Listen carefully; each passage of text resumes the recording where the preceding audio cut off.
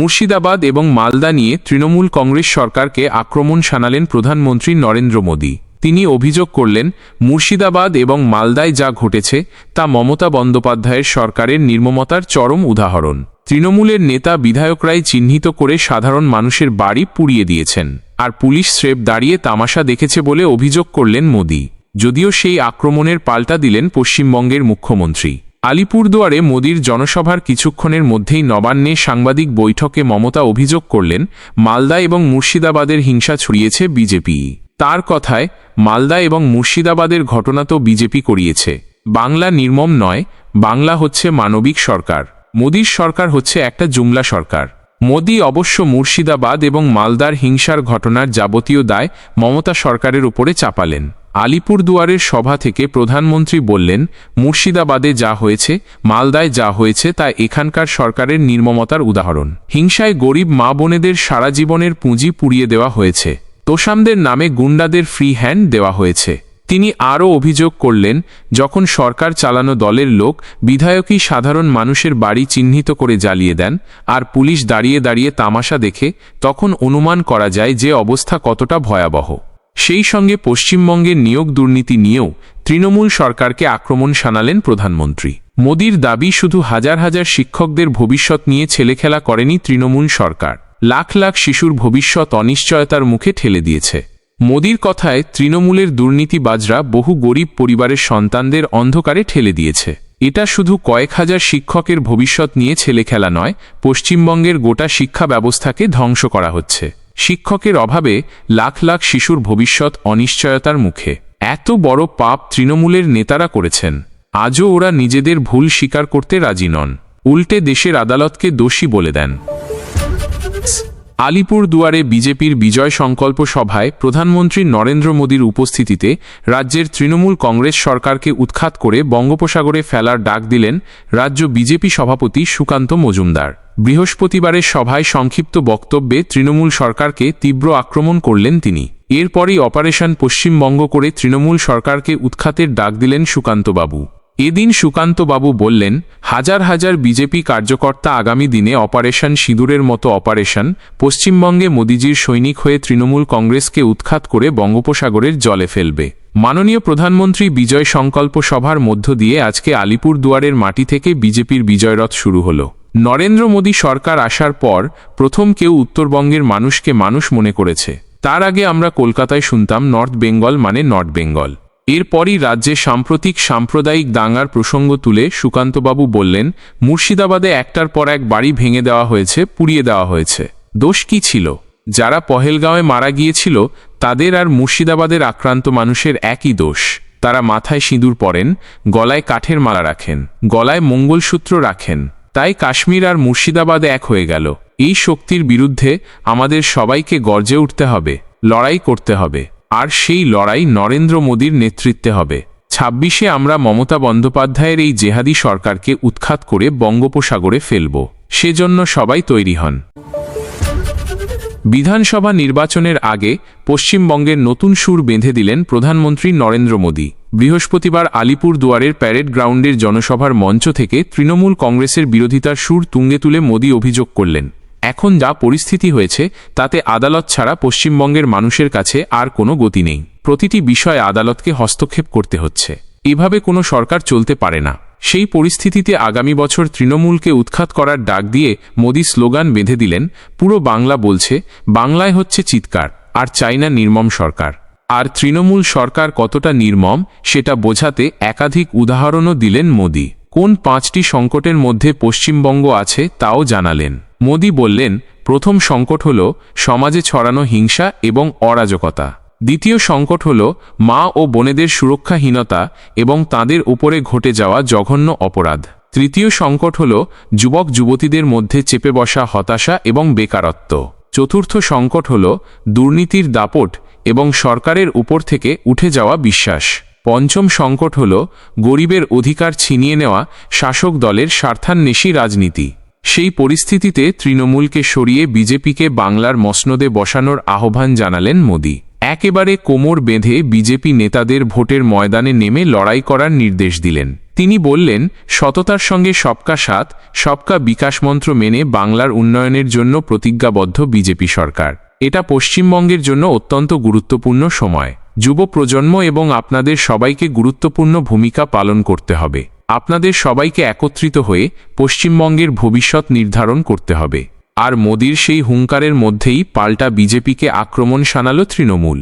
প্রধানমন্ত্রী যে 5টি সংকটের তালিকা পেশ করেছেন তার পাল্টা দিল পশ্চিমবঙ্গের শাসক দল। তৃণমূলের তরফে বলা হল, আইন শৃঙ্খলা 2 বছর ধরে জ্বলছে মণিপুর। আগে নিজের বিশৃঙ্খলা ঠিক করুন।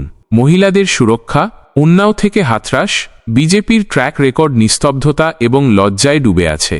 সেই তালিকার আরও ব্যাখ্যা করে তৃণমূলের তরফে বলা হল, তারুণ্যের নিরাশা, প্রশ্নপত্র ফাঁস, নিট দুর্নীতি এবং 45% বেকারত্ব শিক্ষার্থীদের দেওয়া বিজেপির জাতীয় উপহার। দুর্নীতি, আপনার মন্ত্রিসভার অর্ধেক সদস্যই জামিনে বাইরে আছেন। সেই সঙ্গে তৃণমূলের তরফে বলা হল, স্বার্থপর সরকার, আপনার সরকারের প্রতিহিংসামূলক রাজনীতির কারণে বাংলাকে মনরেগা এবং আবাস যোজনার তহবিল থেকে বঞ্চিত করে রাখা হচ্ছে। পাকিস্তানেই আছে পাকিস্তান। বুধবার সে দেশে প্রকাশ্যে ভারতবিরোধী সভা করল পহেলগাঁও হামলার মূলচক্রী লস্কর কমান্ডার সৈফুল্লাহ কাসুরি। এমনকি কুখ্যাত জঙ্গি সগর্বে ঘোষণা করল, এখন আমাকে গোটা বিশ্ব চেনে। একই সভায় বক্তব্য রাখলেন একাধিক রাজনৈতিক নেতাও। এই ঘটনা ফের প্রমাণ করল ভারতের দাবি কতটা সত্যি। পাকিস্তান কেবল সন্ত্রাসবাদীদের সাহায্য করে না, বরং দেশটি জঙ্গিবাদের কারখানা হয়ে উঠেছে। পাকিস্তানের পারমাণবিক পরীক্ষা বার্ষিকী তকবির উপলক্ষে পাকিস্তান মার্কাজি মুসলিম লীগ PMML এই সভার আয়োজন করেছিল পাঞ্জাব প্রদেশের কাসুরে।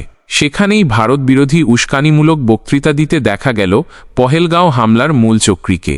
এই সভায় উপস্থিত ছিল লস্কর প্রতিষ্ঠাতা হাফিজ সঈদের ছেলে তলহা সঈদও। বক্তব্য রাখতে গিয়ে কাসুরি বলল, আমাকে পহেলগাঁও হামলার মূলচক্রী বলে দোষ দেওয়া হচ্ছে। এখন আমার নাম গোটা পৃথিবীতে বিখ্যাত। ভারতের তদন্তকারীদের ধারণা, পাহেলগাঁওয়ের হামলার প্রধান সমন্বয়কের কাজ করেছিল লস্কর কমান্ডার কাসুরি। আড়াল থেকে সেই সাজিয়েছিল নিরস্ত্রদের উপর নৃশংস হামলার ঘুঁটি। উল্লেখ্য, LFT জঙ্গিরা 22 এপ্রিল ধর্ম পরিচয় জেনে 26 জনকে গুলি করে হত্যা করেছিল। তাদের মধ্যে 25 জন পর্যটক এবং 1 জন স্থানীয় বাসিন্দা। পাল্টা 7 মে পাক অধিকৃত কাশ্মীর ও পাকিস্তানে অপারেশন সিঁদুর চালালো ভারত। এরপর ধুন্ধুমার ভারত-পাক সংঘর্ষ শুরু হল।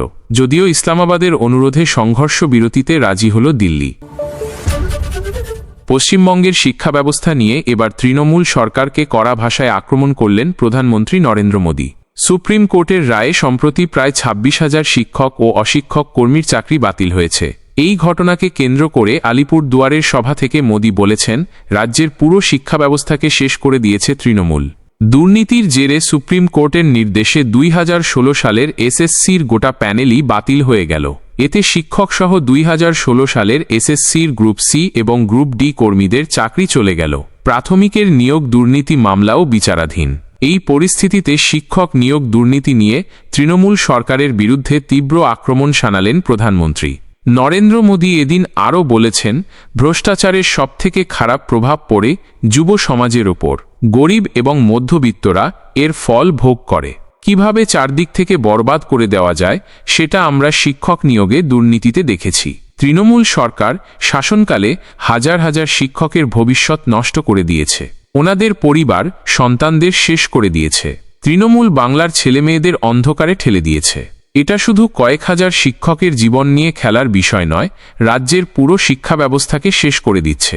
শিক্ষকদের উপর লক্ষ লক্ষ শিশু নির্ভরশীল। তৃণমূলের নেতারা এত বড় পাপ করেছে, এখনও নিজেদের অন্যায় স্বীকার করছে না, উল্টে আদালতকে দোষী বলছে। চন্দননগরে মর্মান্তিক ঘটনা, স্ত্রী মেয়েকে খুন করে আত্মঘাতী হলেন স্বামী। মৃতদের নাম বাবলু ঘোষ, প্রতিমা ঘোষ ও পৌশালী ঘোষ। ধারণা করা হচ্ছে স্ত্রী ও মেয়েকে মাথায় শাবল দিয়ে আঘাত করে খুন করা হয়েছে। দুজনকে খুনের পর গলায় দড়ি দিয়ে আত্মঘাতী হয়েছেন বলে প্রাথমিক অনুমান পুলিশের। ঋণের চাপে মানসিক অবসাদ থেকেই এই আত্মহত্যার ঘটনা ঘটেছে বলে প্রাথমিকভাবে ধারণা করা হচ্ছে। পুলিশ তদন্ত শুরু করেছে। একই পরিবারের 3 সদস্যের এমন নৃশংস মৃত্যুর কারণ খতিয়ে দেখা হচ্ছে।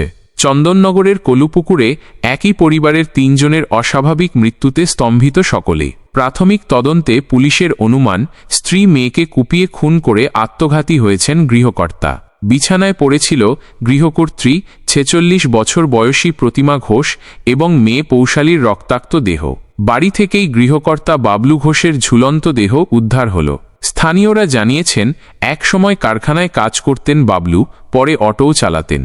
দেনায় জর্জরিত হয়ে স্ত্রী মেয়েকে খুন করে আত্মঘাতী হয়েছেন বলে অনুমান করা হচ্ছে। গতকাল রাতে সাড়া না পেয়ে চন্দননগর থানায় খবর দেন প্রতিবেশীরা। পুলিশ এসে ৩ জনের দেহ উদ্ধার করল। পুলিশ আসার আগে পর্যন্ত পাড়া প্রতিবেশীরা ঘুণাক্ষরেও টের পাননি যে ওই বাড়ির ভিতর ঘটে গিয়েছে এমন নারকীয় হত্যাকাণ্ড। গতকাল রাতে প্রতিবেশীরা যখন ডাকডাকি করে কারো সাড়া পেলেন না, তখন বাড়ির সামনে গেলেন তারা। সেখানেও কারো দেখা গেল না। এরপর পুলিশে খবর দিলেন প্রতিবেশীরা। পুলিশ এসে গতকাল ৩ জনের দেহ উদ্ধার করল। ঘটনা তদন্তে নেমেছে চন্দননগর কমিশনারেটের পুলিশ। স্থানীয় সূত্রে খবর, স্ত্রী ও মেয়েকে মাথায় ভারী কোনো অস্ত্র, শাবল জাতীয় জিনিস দিয়ে আঘাত করে খুন করেন ওই ব্যক্তি। তারপর নিজেও আত্মঘাতী হলেন। কেন ওই ব্যক্তি এমন ঘটনা ঘটালেন? স্ত্রী মেয়েকে শাবল দিয়ে কুপিয়ে খুন করে কেন আত্মঘাতী হলেন গৃহকর্তা? এইসব প্রশ্নের উত্তর খুঁজতেই জোরকদমে তদন্ত শুরু করেছে পুলিশ। স্থানীয়দের, মৃতদের প্রতিবেশীদেরও জিজ্ঞাসাবাদ করা হচ্ছে তদন্তের স্বার্থে। নৃশংস হত্যাকাণ্ড মেমারিতেও। পূর্ব বর্ধমানের মেমারিতে ঘটল জোড়া খুন। প্রৌঢ় দম্পতিকে নৃশংসভাবে গলার নলি কেটে খুনের পর দেহ বাড়ির সামনে রাস্তায় ফেলে দেওয়া হল। ঘটনার পর নিখোঁজ দম্পতির ছেলে। মেমারির কাশিয়ারা কাজীপাড়ার বাসিন্দা ৬৬ বছর বয়সী মুস্তাফিজুর রহমান ও তার স্ত্রী ৫৬ বছর বয়সী মমতাজ পারভিন ছেলেকে নিয়ে এই বাড়িতে থাকতেন। ছেলে বিটেক পাস, কাজ করতেন দিল্লির একটি কোম্পানিতে। স্থানীয় সূত্রে খবর, মাস ৩ আগে নিখোঁজ হয়ে গেলেন ছেলে। মাস ২ আগে মুস্তাফিজুর ছেলেকে খুঁজে আনলেন। তারপর থেকে মা বাবার সঙ্গেই মেমারির বাড়িতে থাকতেন ছেলে। এই ঘটনায় মৃত দম্পতির ছেলেকে গ্রেফতার করা হয়েছে। কাশ্মীরে জঙ্গি হামলার পাল্টা পাকিস্তানকে শিক্ষা দিতে অপারেশন সিঁদুর চালিয়েছে ভারতীয় সেনাবাহিনী। সেখানে হিন্দু নিধনের প্রতিবাদে দেশজুড়ে প্রতিবাদের ঝড় উঠেছে।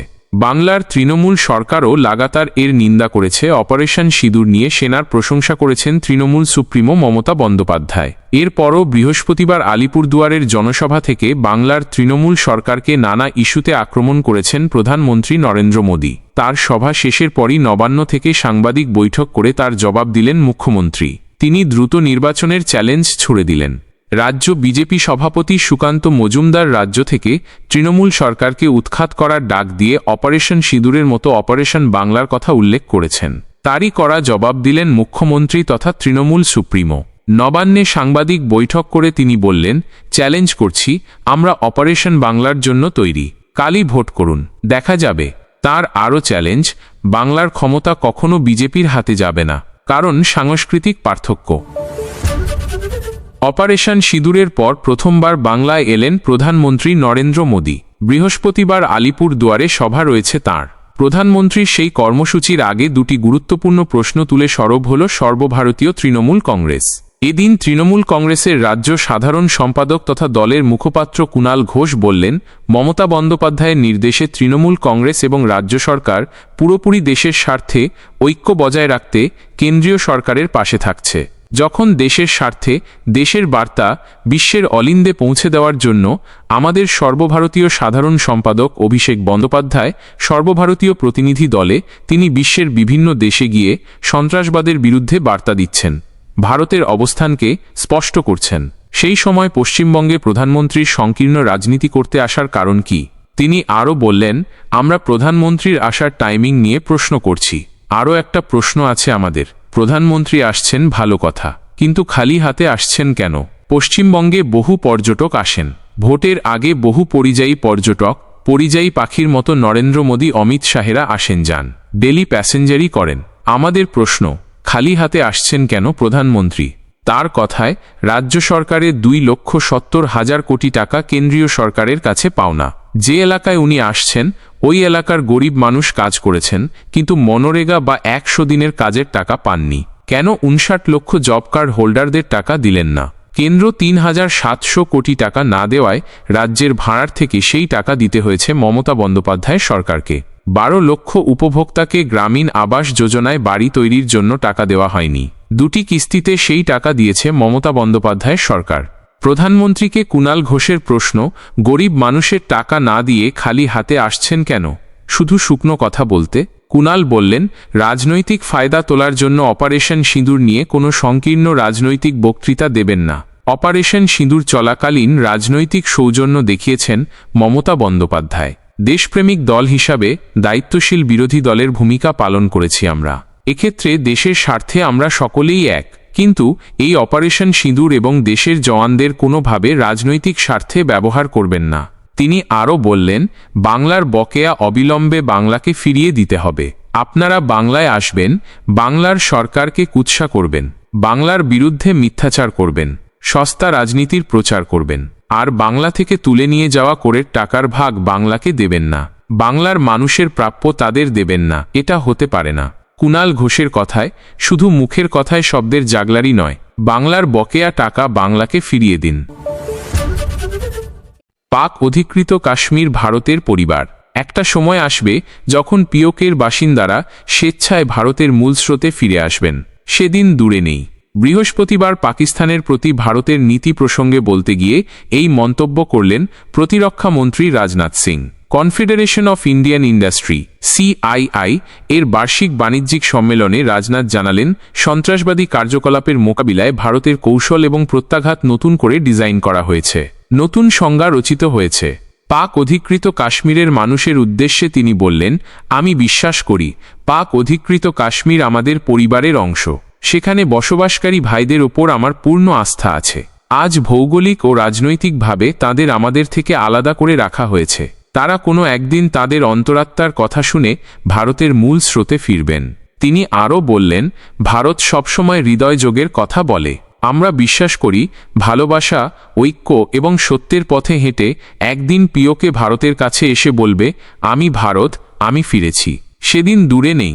পাকিস্তানের প্রতি তার বার্তা, সন্ত্রাসবাদ নিয়ে ব্যবসা করলে লাভ হবে না, বরং এর জন্য অনেক দাম দিতে হবে। সম্প্রতি ইসলামাবাদ যেমনটা উপলব্ধি করতে পেরেছে। এই মঞ্চে ভারতের নিজস্ব প্রতিরক্ষা ক্ষমতার কথাও উল্লেখ করলেন রাজনাথ সিং। তিনি বললেন, 10 বছর আগে ভারতের প্রতিরক্ষা খাতে রফতানি 1000 কোটিরও কম ছিল।